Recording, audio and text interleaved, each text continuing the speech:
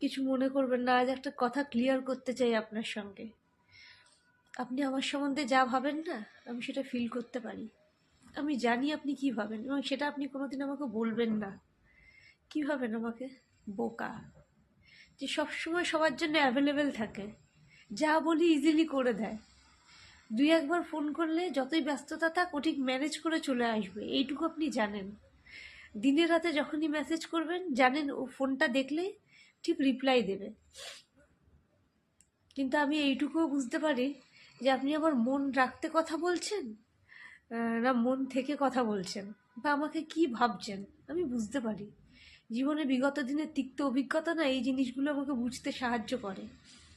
তো এইটুকুই বলবো, আমি না সামনের মানুষজনের প্রতি যখনই মেলামেশা যার সাথেই করি, সামনের মানুষটার প্রতি আমার মনে একটা শ্রদ্ধা থাকে, একটা সম্মান থাকে, যেটা আপনি খুব ভালো করে জানেন আপনার জন্যও আছে।